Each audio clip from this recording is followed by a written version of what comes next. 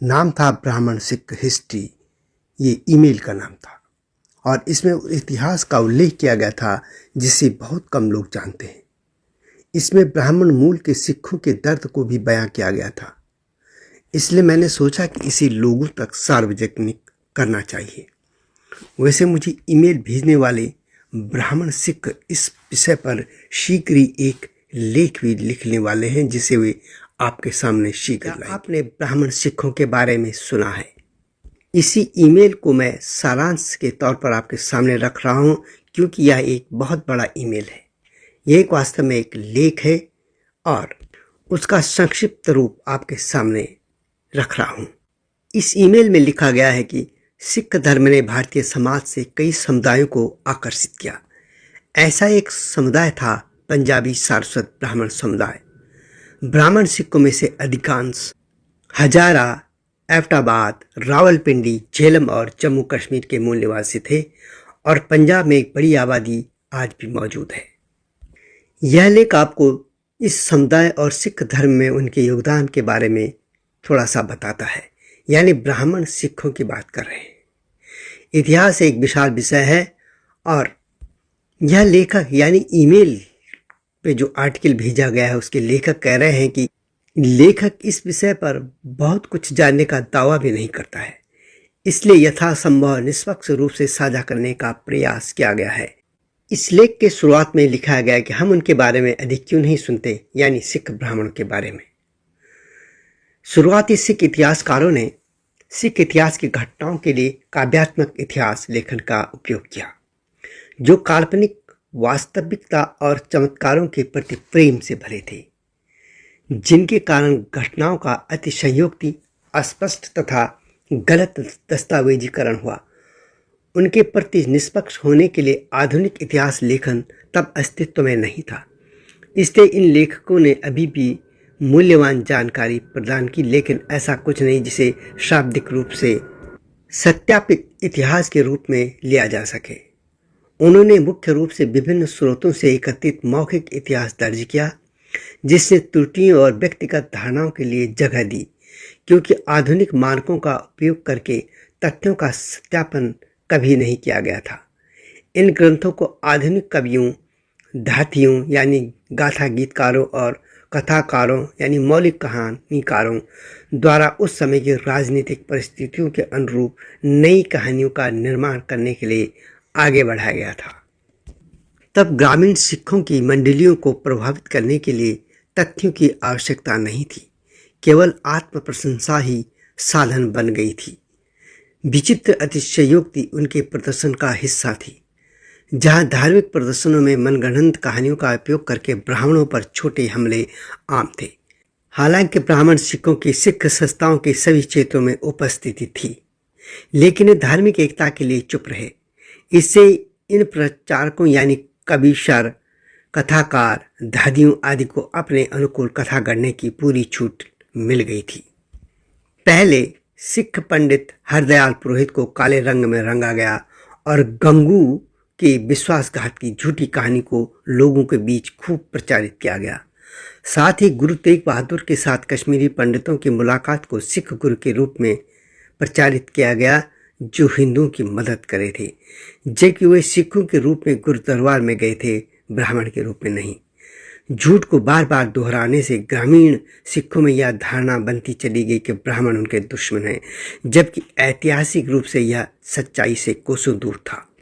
इसका नतीजा यह हुआ कि ब्राह्मणों के प्रति ग्रामीण सिख पूर्वाग्रही हो गए और यहाँ तक कि ब्राह्मण मूल के सिखों को भी नहीं बख्शा गया। ब्राह्मण सिखों ने कभी भी आर्थिक लाभ या नेतृत्व के प्रति कोई झुकाव नहीं दिखाया, बल्कि वे सिख सिद्धांतों के प्रति समर्पित रहे। उन्होंने तुच्छ कथाओं या कीचड़ उछालने के बजाय आस्था का पालन किया। शायद यही कारण है कि पंजाब के अंदर और बाहर एक महत्वपूर्ण आबादी होने के बावजूद ब्राह्मण सिखों को कभी मान्यता नहीं मिली। उनका अस्तित्व ज़्यादातर लोगों के लिए आश्चर्य की बात है। सिख धर्म में कोई जाति नहीं है। इसमें बहुत से लोग सिखों के बीच जाति व्यवस्था के बारे में गलत समझ रखते हैं। जाति मुक्ति सिख समाज एक मिथक है। यह कथा नहीं है, क्योंकि ऐतिहासिक रूप से जातीय पृष्ठभूमि या जाति से जुड़ी कोई वर्जना नहीं थी। गुरुओं ने जाति आधारित पूर्वाग्रहों के खिलाफ उपदेश दिया। गुरु ग्रंथ साहिब में दर्ज काव्य छंद बार बार दूसरों के प्रति पूर्वाग्रह रखने के खिलाफ उपदेश देते हैं। ब्राह्मण सिख मुख्य रूप से एक समुदाय यानी पंजाबी सारस्वत ब्राह्मणों से आते हैं। वे शायरी जाति का पालन करते हैं और ज़्यादातर कृषक, सैनिक और जमींदार होने पर गर्व करते हैं। ऐसे में अन्य समूह भी हैं जिन्होंने सिख जीवन शैली को अपनाया, लेकिन हमारे पास जो जानकारी है उसके अनुसार पंजाबी सारस्वत ब्राह्मणों के केवल 2 उप समूहों ने बड़ी संख्या में सिख धर्म को अपनाया, एक मोहयाल और दूसरा भुजाहिया। पंजाबी विश्वकर्मा ब्राह्मण के अन्य समूह भी ब्राह्मण सिख समुदायों का हिस्सा हैं, लेकिन उनके बारे में अभी तक अधिक जानकारी उपलब्ध नहीं है। वैसे सिखों और जाति व्यवस्था पर लेखन एक दिलचस्प विषय है, लेकिन इस लेख के दायरे से बाहर है। ब्राह्मण सिख समुदाय की उत्पत्ति ब्राह्मण मूल के सिख गुरु नानक के समय से ही मौजूद थे। अगर हम आधुनिक आख्यान से परे देखें तो पंडित हरदयाल पंडा गुरु नानक के दिव्य प्रकाश को पहचानने वाले पहले व्यक्ति थे। भाई गौतम छिब्बर को गुरु नानक देव ने दीक्षा दी और पोतोहर क्षेत्र में सिख धर्म का प्रचार करने का काम सौंपा। यह परिवार सिख धर्म के प्रति वफादार रहा और भाई प्रागा, भाई मतीदास, भाई सतीदास जैसे दीवान, मंत्री और शहीद हुए। कई लोगों को सिख धर्म में शामिल किया गया। गुरु नानक देव के कश्मीरी भक्त पंडित ब्रह्मदास ने कश्मीर घाटी में गुरु नानक के मिशन को उस क्षेत्र में एक प्राथमिक उपदेशक के रूप में आगे बढ़ाया। संत रेन उस मंडली के नेता थे जिनके लिए गुरु नानक देव ने अपने धन से भोजन की व्यवस्था की थी। इस ऐतिहासिक घटना को ज़्यादातर सिख लंगर परंपरा की शुरुआत मानते हैं। संत रेन के वंशज गुरुओं के भक्त बन गए। उनके वंशजों ने भी गुरु गोविंद सिंह के समय खालसा पंथ को अपनाया। पंडित छत्रदास अपनी बनारस यात्रा के दौरान गुरु नानक के भक्त बन गए थे। वहाँ एक खूबसूरत गुरुद्वारा गुरु नानक की याद में बना है। ऐसे कई उदाहरण हैं, लेकिन संक्षिप्तता के लिए 4 उदाहरण काफ़ी हैं। इनको आप देख सकते हैं। पहली कथा आती है गंगू ब्राह्मण की, जिनके लिए आरोप है कि उन्होंने गुरु गोविंद सिंह जी के साहबजादों की जानकारी मुस्लिम आक्रांता को दे दी थी। ब्राह्मण सिखों का दावा है कि इस कथा का कोई ऐतिहासिक प्रमाण नहीं है। भाई दुन्ना सिंह हादुरिया का एक ऐतिहासिक पत्र जो कि उस समय का या समकालीन है, उसमें गंगू नामक किसी पात्र का उल्लेख नहीं है, जबकि धुम्मा और दरबारी का उल्लेख है, जो सहेरी गांव के 2 सिख मसंद थे। इस जानकारी का स्रोत चश्मदीद गवाह छोटे साहिबजादे की कहानी है। दूसरा है पंडित हरदयाल पुरोहित का खलनायक चरित्र। यह अफवाहों के आधार पर बनाया गया था, क्योंकि गुरु नानक के बारे में जो जानकारी हम जानते हैं वह विभिन्न लेखकों के द्वारा बनाई गई छोटी कहानियों से एकत्रित की गई है। इनमें से कुछ हिंडाली जैसे विकृत और हेरफेर में शामिल हो सकते हैं। एक अच्छी खबर यह है कि विद्वान डॉक्टर कृपाल सिंह ने जन्म सखी पर एक शोध पुस्तक के रूप में एक महान कार्य प्रस्तुत किया है, और जिसका नाम है जन्म सखी परंपरा, एक विश्लेषणात्मक अध्ययन। वास्तव में पंडित हरदयाल पुरोहित गुरु नानक देव के भक्त रहे और बाद की पीढ़ियां भी गुरुओं के साथ रही। ब्राह्मण सिख इतिहास पुस्तक में पंडित हरदयाल के वंशावली का उल्लेख है, जो बाद के शहीदों को पंडित हरदयाल से जोड़ती है। इस विषय पर तीसरे पक्ष द्वारा और अधिक शोध किए जाने की आवश्यकता है, ताकि इस दुष्प्रचार को समाप्त किया जा सके। इनकी वंशावली इस तरह है: पंडित हरदयाल पंडा, गोपाल पुरोहित, ब्रजलाल पुरोहित, केशव गोपाल पुरोहित, भाई सिंघा पुरोहित, भाई जाति मलिक पुरोहित और भाई दया राम सिंह पुरोहित।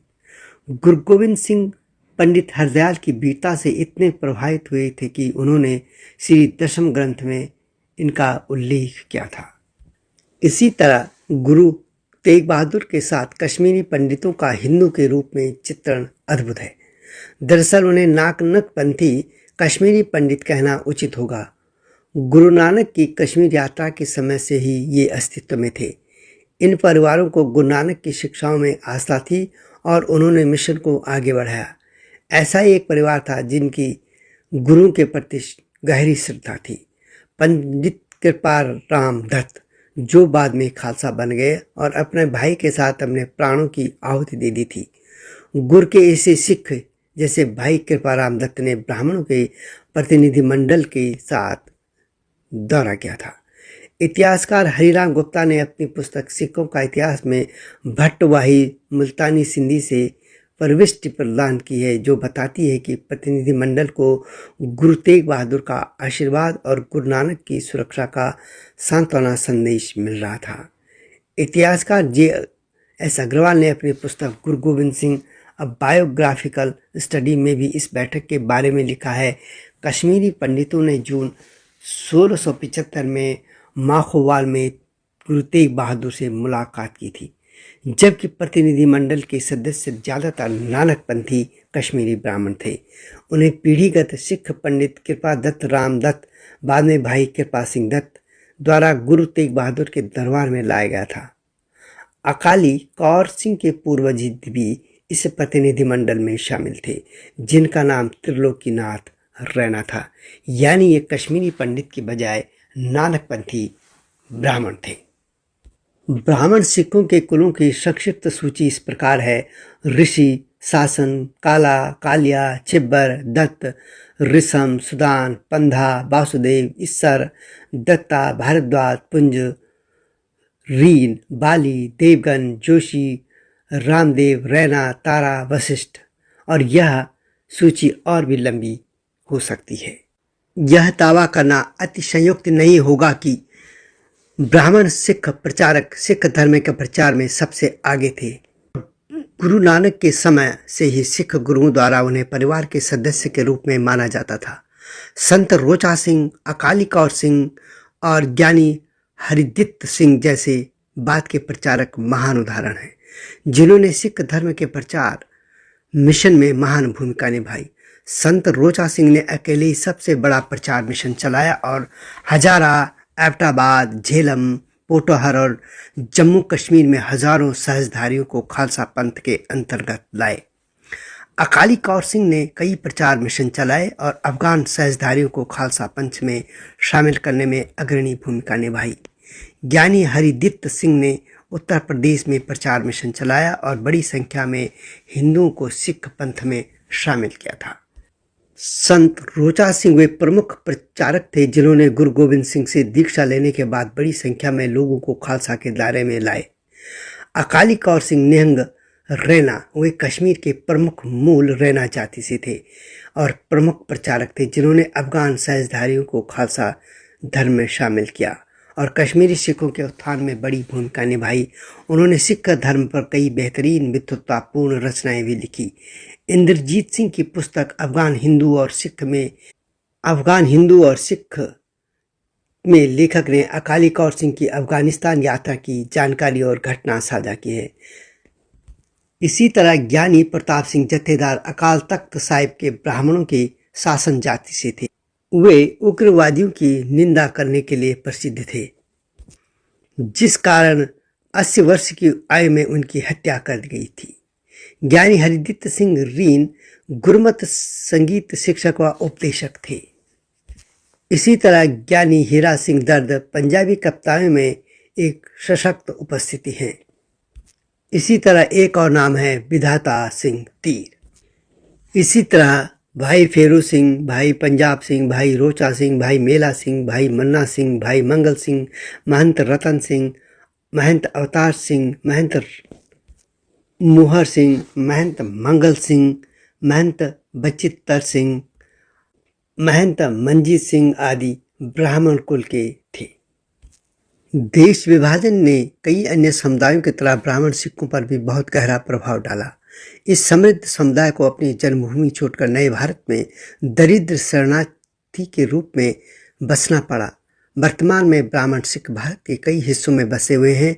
उनमें से अधिकतर जम्मू और कश्मीर, पंजाब के अलवर, छछरौली, यमुनानगर और दिल्ली में बसे हैं।